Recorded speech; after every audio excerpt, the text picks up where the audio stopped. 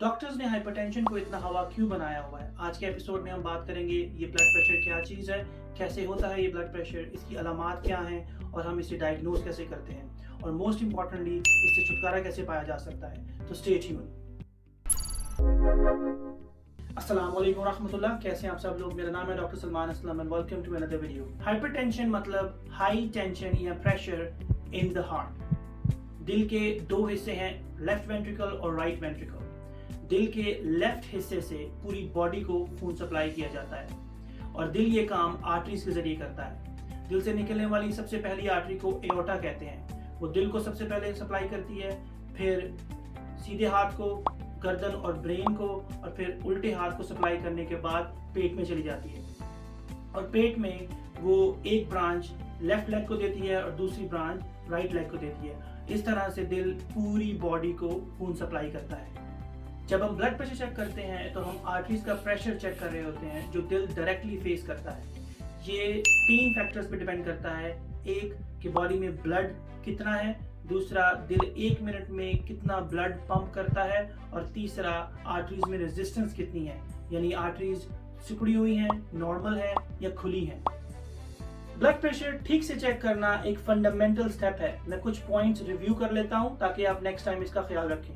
PP कफ लें और उसे ठीक पोजीशन में एल्बो से थोड़ा ऊपर इतना टाइटली बांधें कि एक उंगली आसानी से घुस सके। स्टेथोस्कोप पकड़ें और उसका डायफ्राम एल्बो की अंदर वाली जगह पर रखें। ऐसा करने से आप ब्रेकियल आर्टरी को सुन सकेंगे। पंप करना शुरू करें। पंप करने से ब्रेकियल आर्टरी मुकम्मल तौर पर ब्लॉक हो जाएगी। स्लोली रिलीज करें। स्लोली रिलीज करने से जो पहली आवाज आप सुनेंगे उसे हम सिस्टोलिक ब्लड प्रेशर कहते हैं, यानी ऊपर वाला ब्लड प्रेशर। ये आवाज खून का बंद शरेयान में घुसने की वजह से आती है। जब ये आवाज आना बंद हो जाए या खत्म हो जाए उसे हम डायस्टोलिक ब्लड प्रेशर कहते हैं, यानी नीचे वाला ब्लड प्रेशर। इसलिए हमेशा ब्लड प्रेशर को फ्रैक्शन में लिखा जाता है, 120/80 या 130/70।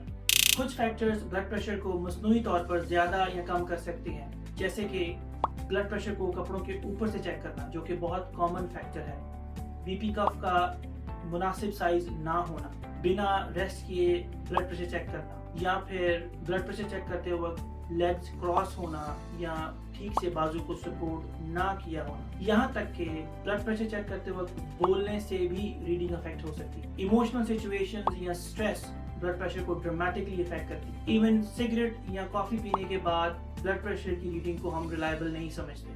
तो ये तमाम फैक्टर्स हैं जो ब्लड प्रेशर को फॉल्सली इफेक्ट कर सकती हैं। इसीलिए ब्लड प्रेशर को या हाइपरटेंशन को एक रीडिंग से डायग्नोज नहीं किया जाता। ब्लड प्रेशर के ज्यादातर मरीज एसिम्प्टोमेटिक होते हैं, यानी ब्लड प्रेशर शुरू में अलामात जाहिर नहीं करता और ये स्लोली बढ़ता रहता है। इसीलिए डॉक्टर्स इसे साइलेंट किलर कहते हैं। ब्लड प्रेशर के कॉमन अलामात में सर दर्द या सर भारी रहना, जिस्म में कमजोरी महसूस होना, चलते वक्त पिंडलियों में दर्द होना, धुंधलापन, सांस में दुश्वारी या सीने में दर्द शामिल है।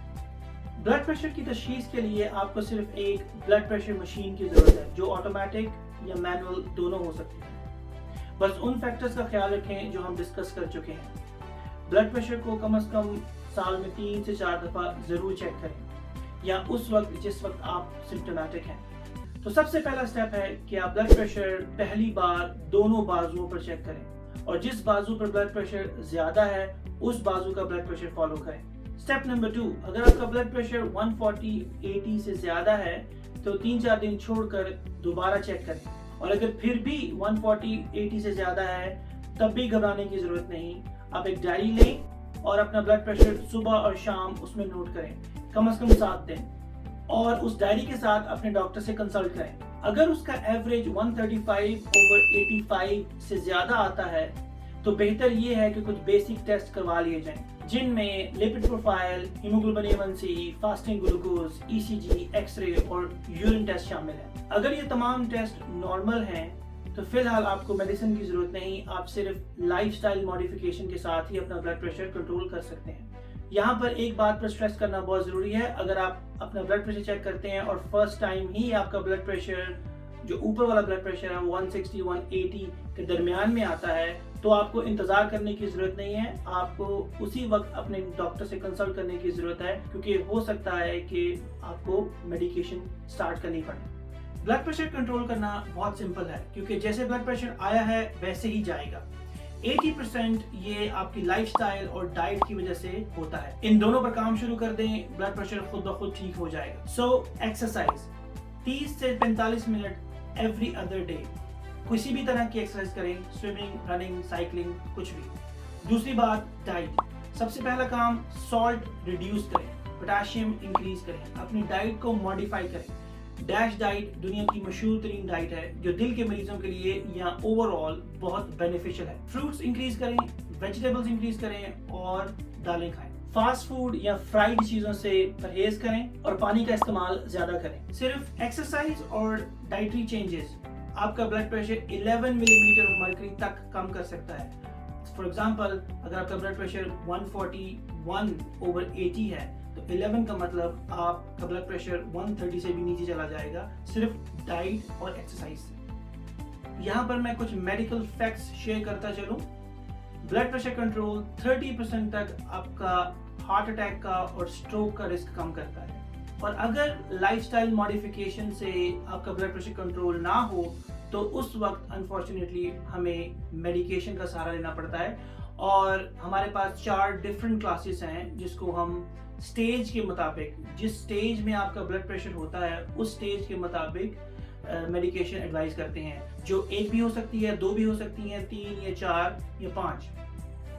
2017 में अमेरिका ने ब्लड प्रेशर की नई गाइडलाइंस इंट्रोड्यूस करवाई, जिसके मुताबिक अगर आपका ब्लड प्रेशर 120/80 से ज्यादा है तो ये हाई नॉर्मल नहीं, ये एलिवेटेड कैटेगरी में आ गया। जिसका मतलब अगर आपके पास एक और रिस्क फैक्टर है देन डॉक्टर्स आपको मेडिसिन एडवाइस करेंगे। अब जल्दी से मैं आपके साथ रिस्क फैक्टर्स डिस्कस कर लेता हूँ, जिसमें ओवरवेट, इनएक्टिव लाइफस्टाइल या सेडेंटरी लाइफस्टाइल, बहुत ज़्यादा नमक खाना। जो लोग कहते हैं नमक खाने से ब्लड प्रेशर नहीं होता, ये गलत और आम है।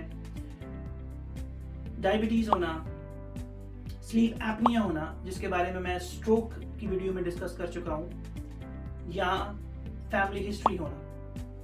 तो ये तमाम रिस्क फैक्टर्स हैं। अगर इनमें से एक रिस्क फैक्टर है और आपका ब्लड प्रेशर 120/80 से ज्यादा है तो अमेरिकन गाइडलाइंस के मुताबिक you are eligible for medicine. आखिर में ब्लड प्रेशर एक दायमी बीमारी है, लेकिन अच्छी एक्सरसाइज से, अच्छी डाइट से और अपने स्ट्रेस मैनेज करने से आप बिना मेडिकेशन के इसको कंट्रोल कर सकते हैं।